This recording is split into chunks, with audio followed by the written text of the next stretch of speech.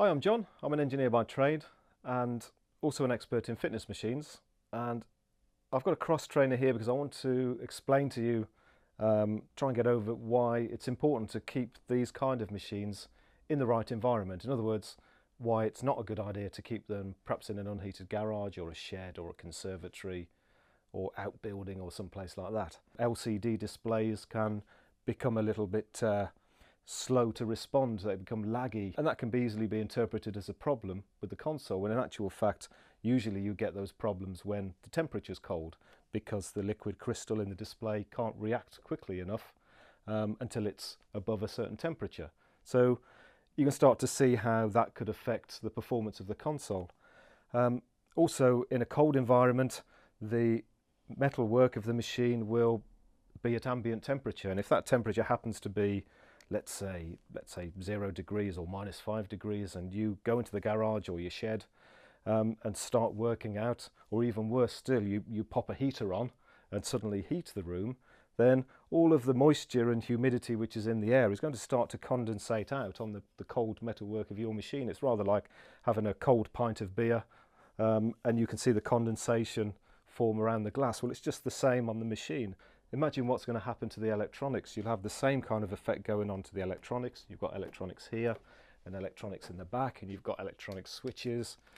All of those things are going to be subject to that moisture, which can cause little short circuit paths and then start to give you, let's say, intermittent problems at the very least, or in some cases it can cause a catastrophic failure and you'll end up with a failed printed circuit board.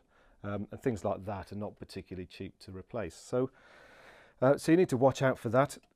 There is an easy way to get around it. I mean, I appreciate that sometimes you have to keep it in a shed or a garage because that's the only space you've got. And if that's the case, then it's worth investing in a product such as a treadmill heater, which is it's effectively a low wattage heater which you position near the machine. It works just as well with cross trainers or bikes or vibration plates or whatever.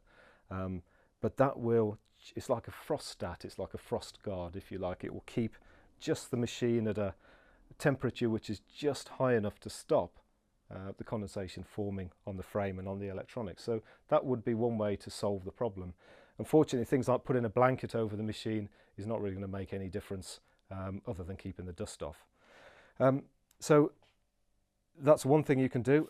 Other aspects, let's imagine you were to keep this in a conservatory where you've got bright sunshine. Conservatories are generally south facing, so they're subject to a lot of bright sunshine.